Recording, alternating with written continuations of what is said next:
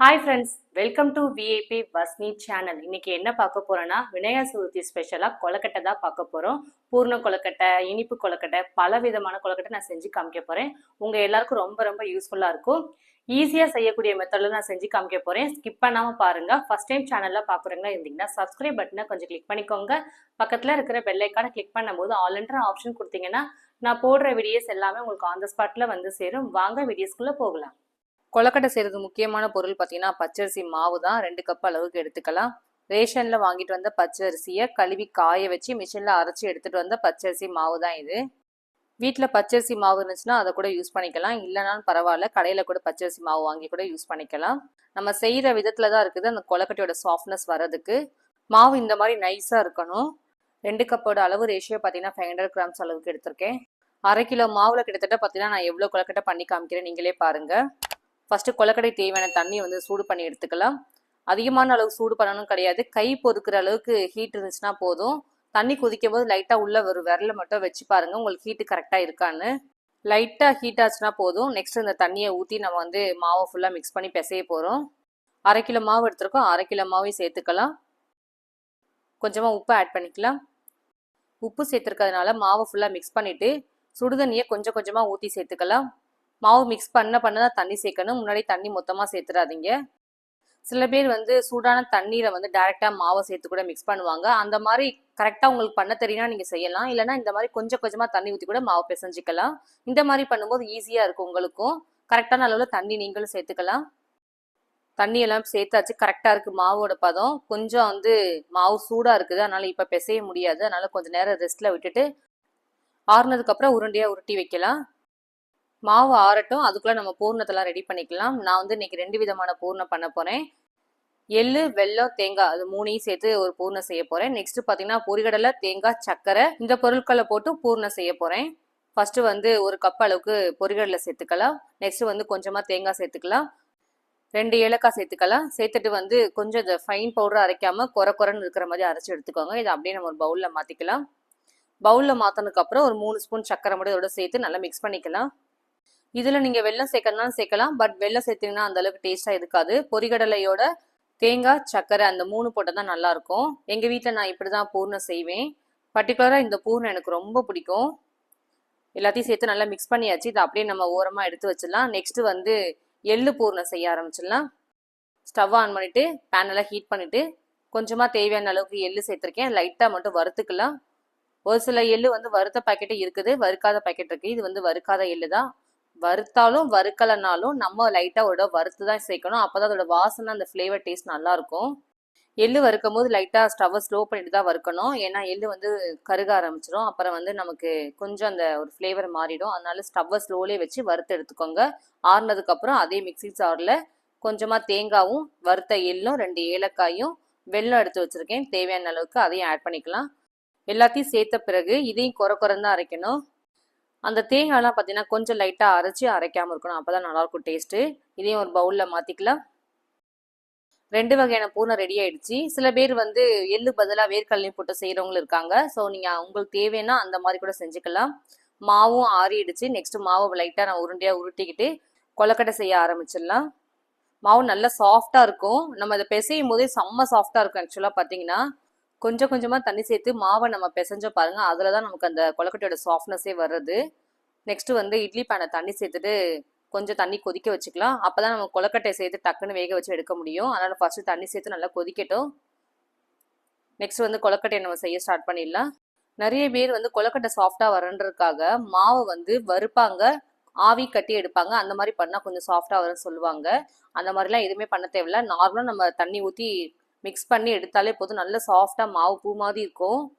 மோல்டுலேயே நான் கொலக்கட்டை பண்ணி காமிக்க போகிறேன். நார்மலாக நம்ம எப்படி வீட்டில் பண்ணுவோமோ அந்த மாதிரி மெத்தடையும் நான் உங்களுக்கு பண்ணி காமிக்க போகிறேன். சின்ன உருண்டையாக எடுத்து கையில் ஃபுல்லாக அந்த மாதிரி நல்லா ஸ்ப்ரெட் பண்ணிக்கோங்க. 1 ஸ்பூன் மட்டும் பூர்ணம் வச்சுக்கலாம். வச்சுட்டு மாவை ஃபுல்லாக நல்லா உருண்டையாக உருட்டிக்கலாம். ஸ்டஃபிங் உள்ளே வைக்கும் போது வெளியில் வராத அளவுக்கு நீங்கள் க்ளோஸ் பண்ணிவிடுங்க. அப்போ தான் வேக வச்சாலும் நமக்கு அந்த ஸ்டஃபிங் வெளியில் வராது. இல்லைனா நமக்கு கொஞ்சம் வெளியில் லீக் ஆகி கொஞ்சம் அது ஸ்வீட் தன்மையெல்லாம் வெளியில் ஸ்ப்ரெட் ஆகிடும். அதனால் பார்த்துட்டு அதுக்கேற்ற மாதிரி அளவாக உள்ளே வச்சுக்கோங்க. நெக்ஸ்ட் இந்த மோல்டுக்குள்ளே உள்ளே வச்சு ப்ரெஸ் பண்ணி எடுத்துட்டீங்க. பார்த்தீங்களா, அழகாக சூப்பராக ஷேப்பாக வந்துருச்சு மோதகம் கொலக்கட்டை. இதை அப்படியே நம்ம எடுத்து இன்னொரு பிளேட்டில் வச்சிடலாம். நெக்ஸ்ட் வந்து வேற ஒரு மோல்டில் உங்களுக்கு நான் காமிக்கிறேன். இந்த மோல்டில் பார்த்தீங்கன்னா சோமாசு பண்ணுற மோல்டு, கொலக்கட்டையும் பண்ணலாம். ஸோ அந்த மோல்டையும் நான் யூஸ் பண்ணிக்கிறேன். மாவை வந்து சின்ன உருண்டைகளாக எடுத்துட்டு நல்லா உருட்டிட்டு கையால் உள்ளங்கையில் வச்சு நல்லா தட்டிட்டு அதுக்கப்புறம் பூர்ணத்தை வச்சு இதே மாதிரி தான் உருண்டையாக உருட்டணும். உருட்டிட்டு அதுக்கப்புறம் அந்த மோல்டுக்குள்ளே வச்சு அப்படியே ப்ரெஸ் பண்ணி எடுத்திங்கன்னா போதும். சூப்பராக மோல்டில் நமக்கு அந்த கொலக்கட்டை அழகாக ஷேப்பாக வந்துடும். எனக்கு மோல்டில் பண்ணால் சரியாக வராதுன்னு நினைக்கிறவங்க கையில் கூட பண்ணிக்கலாம். நிறைய பேருக்கு தெரியணுன்றதுக்காக தான் நான் வந்து மோல்டு யூஸ் பண்ணியிருக்கேன். நான் கையிலேயும் உங்களுக்கு நான் பண்ணி காமிக்கிறேன். இந்த மாதிரி லைட்டாக ப்ரெஸ் பண்ணிங்கன்னா போதும், நமக்கு மாவில் இருக்கிற அந்த எக்ஸஸ் எல்லாம் வெளியில் வந்துடும். அதுக்கப்புறம் எடுத்து போட்டுடலாம். நெக்ஸ்ட் இன்னொரு உருண்டை எடுத்துக்கிறேன். அதே மாதிரி உள்ள வந்து பூர்ணத்தை வச்சுக்கலாம். விநாயகருக்கு கொலக்கட்டைலாம் ரொம்ப பிடிக்கும். ஷேப் வந்து நம்மளோட இஷ்டம் தான், என்னெல்லாம் தோணுதோ அந்த மாதிரி ஷேப்லாம் வைக்கலாம். நான் வந்து மேலே வந்து லைட்டாக அந்த பிடிச்ச மாதிரி இருக்கும் பாருங்க, அந்த மாதிரி ஷேப் பண்ணுறேன். நெக்ஸ்ட்டு இந்த மாதிரி லைட்டாக மேலே வந்து அந்த கையை வச்சு லைட்டாக மேலே எடுத்து விட்டிங்கன்னா போதும், சூப்பராக வந்துடும். அவ்வளோதான், ஈஸியாக ஷேப் அழகாக வந்துருச்சு. இதை அப்படியே இன்னொரு பிளேட்லேயே வச்சுக்கலாம். ஒரு சில பேர் பார்த்தீங்கன்னா ஷேப் பண்ணும்போது கொஞ்சம் அந்த மாவெல்லாம் கொஞ்சம் விரிசல் விட ஆரம்பிக்கும். மாவு வந்து காயக்கூடாது, ஈரமாவு தான் இருக்கணும். காஞ்சிடுச்சுன்னா நமக்கு விரிசல் விட்டுரும். அதனால கொஞ்சமாக தண்ணி தெளித்து கூட நீங்கள் மாவு கூட கொஞ்சம் ஈரம் பண்ணிக்கலாம். நெக்ஸ்ட்டு வந்து இன்னொரு மாவில் பூர்ணம் எடுத்து வச்சுருக்கேன். ரவுண்டாக உருண்டையாக உருட்டி வச்சுருக்கேன். இது நார்மலாக பண்ணுற கொலக்கட்டை. இது யார் வேணாலும் பண்ணலாம், ரொம்ப ரொம்ப ஈஸி, டக்குன்னு செஞ்சு முடிச்சிடலாம். நெக்ஸ்ட் வந்து வாழலையில மடிச்சு பண்ணுவாங்க பாருங்க, அந்த ஷேப் நான் பண்ணி காமிக்கிறேன். லைட்டாக வாழலையில லைட்டாக ஒரு ட்ராப் மட்டும் ஆயில் சேர்த்துக்கோங்க. சேர்த்துட்டு அந்த மாவை ஃபுல்லாக நல்லா ஸ்ப்ரெட் பண்ணணும். கையில் நம்ம எப்படி ஸ்ப்ரெட் பண்ணமோ அதே மாதிரி தான் வாழலையில நல்லா ஸ்ப்ரெட் பண்ணணும். ஸ்ப்ரெட் பண்ணிட்டு ஒரு ஸ்பூன் பூர்ணத்தை வச்சு அப்படியே மடிச்சு விட்டுட்டு அந்த காரரை மட்டும் இப்படி பண்ணி விட்டிங்கன்னா போதும், சூப்பராக ஒட்டிக்கும். பூர்ணம் வெளியில் வரவே வராது.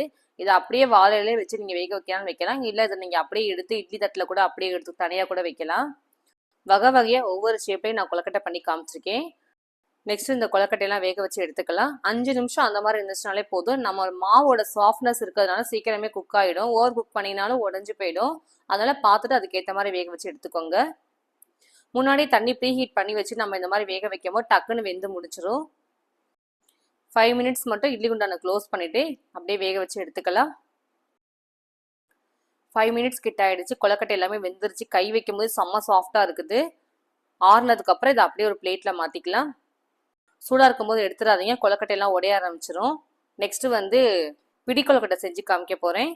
ஒரு கப் அளவுக்கு வெல்லம் சேர்த்துக்கலாம். கொஞ்சமாக தண்ணி சேர்த்துட்டு இந்த வெள்ளத்தெல்லாம் கரையிற அளவுக்கு இதை கொதிக்க வச்சு எடுக்க போகிறோம். டேரெக்டாக பிடி கொலக்கட்டை செய்யலாம். வெள்ளத்தில் நமக்கு கொஞ்சம் மண் இருக்கிறதுனால இதை கொஞ்சம் நேரம் இதை கொதிக்க வச்சுட்டு ஃபில்டர் பண்ணிட்டு தான் அதுக்கப்புறம் பிடி கொலக்கட்டை செய்ய போகிறோம். ஸோ அதுக்காக தான் தண்ணி கொதிக்க வைக்கிறோம். இந்த வெள்ளம் வந்து பாகு மாதிரி இருக்கணும் அவசியம் இல்லை. லைட்டாக நம்ம தண்ணி ஊற்றி அதை கொதிக்க வச்சு எடுத்திங்கனாலே போதும். வெள்ளம் தண்ணி எல்லாமே கொதிச்சிருச்சு. நெக்ஸ்ட் வேற ஒரு பேன்ல வந்து ஃபில்டர் பண்ணி சேர்த்துக்கலாம். ஒரு கப்பு வெள்ளம் எடுத்தோம், அதே அளவுக்கு பச்சரிசி மாவு சேர்த்துக்கணும். அப்பதான் ஈக்குவலா ஸ்வீட் தன்மை கரெக்டா இருக்கும். வெள்ளம் தண்ணி வந்து சூடா இருக்கும் போது அந்த மாவை சேர்த்து மிக்ஸ் பண்ணணும். அப்பதான் கட்டி இல்லாம நம்ம அதை மிக்ஸ் பண்ணி எடுக்க முடியும். பிஞ்ச் அளவுக்கு லைட்டா உப்பு சேர்த்துக்கலாம். ஸ்வீட்ல வந்து கொஞ்சம் உப்பு சேர்த்து பண்ணாதான் அந்த ஸ்வீட்டோட டேஸ்ட் நல்லா இருக்கும். ஸ்டவ்வை ஸ்லோலே வச்சு கட்டி இல்லாம மாவை ஃபுல்லா மிக்ஸ் பண்ணி எடுக்கணும். ஃபுல்லாக ஈவனாக எல்லா பக்கமும் நல்லா மிக்ஸ் பண்ணதுக்கப்புறம் ஒரு ஸ்பூன் அளவுக்கு எள்ளு சேர்த்துக்கிறேன், கருப்பு எள்ளு. நெக்ஸ்ட் வந்து ஏலக்காய் பொடி 1/4 டீஸ்பூன் சேர்த்துக்கிறேன். சின்ன சின்னதாக நறுக்கி வச்சுருக்க தேங்காய் சேர்த்துக்கிறேன். தேங்காய் நீங்கள் அரைச்சி சேர்க்கணும்னு சேர்க்கலாம், இல்லை சின்ன சின்ன பீசஸாக கூட சேர்த்துக்கலாம். இந்த மாதிரி சேர்க்கும் போது டேஸ்ட் நல்லாயிருக்கும் கொஞ்சம் கடிச்சு சாப்பிடும்போது. மாவு வந்து சாஃப்டாக இருக்கான்னு செக் பண்ணி பார்த்தேன், செம்ம சாஃப்டாக இருக்குது. அவ்வளோதான், ஸ்டவ்வை ஆஃப் பண்ணிவிட்டு மாவு நல்லா ஆறுனதுக்கப்புறம் பிடி மாதிரி பிடிச்சு கொலக்கட்டை வேக வச்சு எடுக்க போகிறோம். பிடி கொலக்கட்டை ரொம்ப ஈஸி, டக்குன்னு செஞ்சு முடிச்சிடலாம். மாவு எல்லாமே ஆறிடுச்சு. கொஞ்சமாக லைட்டாக மட்டும் கையில் எண்ணெய் சேர்த்துக்கோங்க. மாவு வந்து கையில் கொஞ்சம் ஒட்ட ஆரம்பிக்கும். ஆயில் சேர்த்துட்டு மாவை உருண்டையாக உருட்டிட்டு அப்படியே 4 ஃபிங்கரால் அப்படியே லைட்டாக ப்ரெஸ் பண்ணி எடுத்திங்கன்னா போதும். அழகாக நமக்கு அந்த ஷேப்பாக நமக்கு அந்த பிடி கொலக்கட்டை வந்துடும். இதே மாதிரி ஒவ்வொரு உருண்டையாக உருட்டி லைட்டாக அப்படி ப்ரெஸ் பண்ணி எடுக்கணும். அவ்வளோதான். பிடி கொலக்கட்டையெல்லாம் ஒன்று ஒன்றா பிடிச்சி எடுத்து வச்சுருக்கேன். 1/4 கிலோ மாவு போட்டு கிட்டத்தட்ட பார்த்தீங்கன்னா எவ்வளோ பிடி கொலக்கட்டை வந்திருக்கு பாருங்க. நெக்ஸ்ட்டு வந்து பேனில் வந்து கொஞ்சமாக ஆயில் சேர்த்துக்கலாம். இது வந்து கார கொலக்கட்டை. பிடி கொலக்கட்டை நம்ம எப்படி இனிப்பு பண்ணோம் அதே மாதிரி நெக்ஸ்ட்டு கார கொலக்கட்டை பண்ண போகிறோம். ஒரு ஸ்பூன் ஆயில் சேர்த்துட்டு கொஞ்சமாக கடுகு சேர்த்துட்டு கடுகு நல்லா பொரிஞ்சதுக்கப்புறம் கடலைப்பருப்பு 1 ஸ்பூனு, உளுந்து 1 ஸ்பூன் சேர்த்துட்டு கொஞ்சம் நேரம் லைட்டாக வறுத்துட்டு கலர் மாற வரைக்கும். அதுக்கப்புறம் காஞ்ச மிளகாய், கருவேப்பிலை சேர்த்துட்டு கொஞ்சம் லைட்டாக ஃப்ரை பண்ணிக்க வேண்டியதான். 3 காஞ்ச மிளகாய் சின்ன சின்னதாக கட் பண்ணி வச்சுருக்கேன், அதையும் சேர்த்துக்கலாம். லாஸ்ட்டாக ஒரு கொத்து கருவேப்பிலை எடுத்துருக்கேன், அதையும் சேர்த்துக்கலாம். எல்லாத்தையும் சேர்த்து மொத்தமாக ஃப்ரை பண்ணிவிட்டு அதை அப்படியே நம்ம மாவில் சேர்த்து மிக்ஸ் பண்ணி பிசைய வேண்டியதான். இந்த வறுத்த பொருட்களோட கொஞ்சம் பெருங்காயம் சேர்த்துக்கோங்க. நான் போட மறந்துட்டேன். இதை நல்லா வறுப்பட்டதுக்கப்புறம் நம்ம மாவில் மாற்றிக்கலாம். சூடாக இருக்கும்போது சேர்க்கக்கூடாது. ஆறுனதுக்கு அப்புறம் தான் இந்த பருப்பு எல்லாமே சேர்க்கணும். சேர்த்துட்டு கையால் ஃபுல்லாக மாவை நல்லா மிக்ஸ் பண்ணி எடுத்துக்கலாம். இந்த மாவு பூனை கொழுக்கட்டை பண்ண பாருங்கள். அதில் மிக்ஸ் பண்ண மாவு தான் கொஞ்சமாக எடுத்து வச்சு கார கொழுக்கட்டை நான் செய்கிறேன். உங்ககிட்ட இந்த மாவு இல்லைனாலும் பரவாயில்ல, திரும்பி கொஞ்சமாக பச்சரிசி மாவு சேர்த்து சுடுதண்ணி சேர்த்து மாவு பிசைஞ்சதுக்கப்புறம் இதே மாதிரி செய்யுங்க, கரெக்டாக இருக்கும். மாவில் நான் முன்னாடியே கொஞ்சம் உப்பு சேர்த்துருக்கேன், அதனால் நான் உப்பு ஆட் பண்ணல. உங்களுக்கு தேவைன்னா உப்பு சேர்த்துக்கோங்க. சேர்த்துட்டு நல்லா மிக்ஸ் பண்ணிக்கலாம். அந்த பருப்பு எல்லாம் நல்லா மிக்ஸ் பண்ணிவிட்டு மாவோடு சேர்த்து நல்லா உருண்டையாக உருட்டிக்கணும். அதுக்கப்புறம் ஒரு ட்ராப் மட்டும் ஆயில் வச்சுட்டு கொஞ்சம் கொஞ்சமாக மாவு எடுத்து ஃபஸ்ட்டு எப்படி நம்ம இனிப்பு கொழுக்கட்டை பிடிச்சோம் அதே மாதிரி தான் பிடிச்சு நம்ம பண்ண போகிறோம். இதை பிடி கொழுக்கட்டையும் பண்ணலாம், இல்லைன்னா உருண்டையாக உருட்டி ரவுண்டாக உருட்டியும் வைக்கலாம். சின்ன சின்னதாக மாவு எடுத்துக்கோங்க. அப்படியே உருண்டையாக உருட்டி லைட்டாக அப்படி ப்ரெஸ் பண்ணி எடுத்திங்கன்னா போதும். 4 விரலால் அழகாக நமக்கு பிடி கொழுக்கட்டை வந்துடும். இது கார கொழுக்கட்டைன்னு சொல்லுவாங்க. இதையுமே 5 நிமிஷம் குக் பண்ணி எடுத்தால் போதும். ஆல்ரெடி தண்ணி கொதிக்க வச்சுருக்கிறதுனால நான் இட்லி தட்டை டேரெக்டாக வச்சுக்கிறேன். வச்சுட்டு ஒன்று ஒன்றா உள்ளே வச்சுட்டு டக்குன்னு வேக வச்சு எடுத்துக்கலாம். ஈஸியாக முடிஞ்சிடும் 5 மினிட்ஸ்லேயே. மாவு சாஃப்டாக இருக்கிறதுனால 5 நிமிஷமே போதும் இந்த கொழுக்கட்டையெல்லாம் வேகிறதுக்கு. 5 மினிட்ஸ் கிட்ட ஆகிடுச்சு. ஓப்பன் பண்ணி காமிக்கிறேன். இங்கே பாருங்கள், கொழுக்கட்டை எல்லாமே வெந்துருச்சு. செம்ம சாஃப்டாக இருக்குது. இதை அப்படியே ஆறுனதுக்கப்புறம் ஒரு பிளேட்டில் மாற்றிக்கலாம். அதே மாதிரி இனிப்பில் பண்ண பாருங்கள் பிடி கொழுக்கட்டை. அதையும் இட்லி குண்டாவில் வச்சு வேக வச்சு எடுத்துக்கலாம். இந்த இனிப்பு கொழுக்கட்டையும் 5 நிமிஷம் வச்சாலே போதும். பூ மாதிரி சாஃப்டாக வெந்துடும். கஷ்டமே இல்லாமல் ஈஸியான மெத்தடில் எப்படி தான் கொழுக்கட்டை செய்யலாம் நான் செஞ்சு காமிச்சிருக்கேன். உங்கள் எல்லாருக்கும் ரொம்ப ரொம்ப யூஸ்ஃபுல்லாக இருக்கும். கொழுக்கட்டை எல்லாம் வெந்துருச்சு. இதுவும் ஆறுனதுக்கப்புறம் ஒரு பிளேட்டில் மாற்றிக்கலாம். விநாயகருக்கு பிடிச்ச மாதிரி வகை வகையான கொழுக்கட்டையெல்லாம் செஞ்சு நான் விநாயகருக்கு சாமி கும்பிடுவேன் எப்போவுமே. உங்களுக்கு வீடியோஸாக இந்த தடவை நான் ஷேர் பண்ணியிருக்கேன். உங்கள் எல்லாருக்கும் ரொம்ப ரொம்ப யூஸ்ஃபுல்லாக இருந்திருக்கும். பூரணத்தை வச்சு 2 விதமான கொழுக்கட்டையை செஞ்சு காமிச்சிருக்கேன். ஒன்று எள்ளு பூரணம், ஒன்று பொரிகடலை பூரணம். அப்புறம் பிடி கொழுக்கட்டை, கார பிடி கொழுக்கட்டை, இனிப்பு பிடி கொழுக்கட்டை, இது 2மே செஞ்சு காமிச்சிருக்கேன். உங்கள் எல்லாருக்கும் ரொம்ப ரொம்ப யூஸ்ஃபுல்லாக இருந்திருக்கும். இந்த விநாயகர் சதுர்த்திக்கு இதே மாதிரி மெத்தடில் நீங்கள் செஞ்சு சாமி கும்பிடுங்க. டேஸ்ட் சாஃப்ட்னஸ் சூப்பராக இருக்கும். முக்கியமாக பார்த்தீங்கன்னா இந்த மாதிரி மெத்தடில் செஞ்சிங்கன்னா எவ்வளோ நேரம் ஆனாலும் இதே சாஃப்ட்னஸ் லாஸ்ட் வரைக்கும் இருக்கும். ஹார்டாகவே ஆகாது. லைட்டாக ஒன்று பிச்சு பார்க்கும் போதே செம்ம சாஃப்டாக இருக்குது. டேஸ்ட்டு சொல்லவே முடியல, உண்மையிலேயே சூப்பராக இருக்குது. நெக்ஸ்ட்டு பூர்ண கொழுக்கட்டை பிச்சு காமிக்கிறேன். பார்த்தீங்களா, செம்ம சாஃப்டாக இருக்குது. இதுவுமே சூப்பராக இருக்குது. எல்லா கொழுக்கட்டையும் சாஃப்டாக சூப்பராக இருக்குது. வரப்போகிற விநாயகர் சதுர்த்திக்கு உங்கள் வீட்டில் இதே மாதிரி மெத்தடில் கொழுக்கட்டையை செஞ்சு சாமி கும்பிடுங்க. வீடியோஸை ஸ்கிப் பண்ணாமல் பார்த்துருப்பீங்கன்னு நினைக்கிறேன். உங்கள் எல்லாருக்கும் ரொம்ப ரொம்ப யூஸ்ஃபுல்லாக இருந்திருக்கும். இந்த கொழுக்கட்டை எப்படி இருக்குது டேஸ்ட்டு பார்த்துட்டு சொல்கிறேன். ஃபஸ்ட்டு கார கொழுக்கட்டை சாப்பிட்டுக்கலாம். டேஸ்ட் உண்மையிலே சூப்பராக இருக்குது. நெக்ஸ்ட்டு ஸ்வீட் கொழுக்கட்டை. இதுவுமே சூப்பராக இருக்குது. அந்த ஸ்வீட், அந்த மாவோட பக்குவம், அந்த சாஃப்ட்னஸ் சூப்பராக இருக்கும். உண்மையிலேயே விநாயகருக்கு எல்லா விதமான கொழுக்கட்டையும் ரொம்ப ரொம்ப பிடிக்கும். அது முக்கியமாக அந்த பூர்ண கொழுக்கட்டை ரொம்ப பிடிக்கும்னு சொல்லுவாங்க. சரி, இந்த பூர்ண கொழுக்கட்டை டேஸ்ட் பார்க்கலாம்.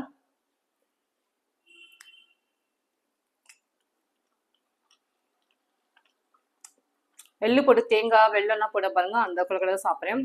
டேஸ்ட் உண்மையிலேயே சூப்பராக இருக்குது. நல்லா வெந்திருக்கு. மாவு நல்லா சாஃப்டாக இருக்குது. ஆக்சுவலாக பார்த்தீங்கன்னா உங்களுக்கே தெரியும். ப்ரெஸ் பண்ணி பார்க்கும்போது அந்த மாவோட சாஃப்ட்னஸ் இருக்கும். எனக்கே இது சாப்பிடணும் போல தோணுது. கண்டிப்பாக விநாயகருக்கு இந்த கொழுக்கட்டை ரொம்ப பிடிக்கும். என்னோட ஸ்டைலில் உங்களுக்கு நான் விநாயகர் சதுர்த்தி ஸ்பெஷலாக பலவிதமான கொழுக்கட்டை செஞ்சு காமிச்சிருக்கேன். உங்கள் எல்லாருக்கும் ரொம்ப ரொம்ப யூஸ்ஃபுல்லாக இருந்திருக்குன்னு நினைக்கிறேன். என்னோட வீடியோஸ் உங்களுக்கு பிடிச்சிச்சுன்னா லைக் பண்ணுங்கள், ஷேர் பண்ணுங்கள், கமெண்ட் பண்ணுங்கள், சப்ஸ்கிரைப் பண்ணுங்கள். பக்கத்தில் இருக்கிற பெல் ஐக்கான் கிளிக் பண்ணிவிடுங்க. Thank you friends.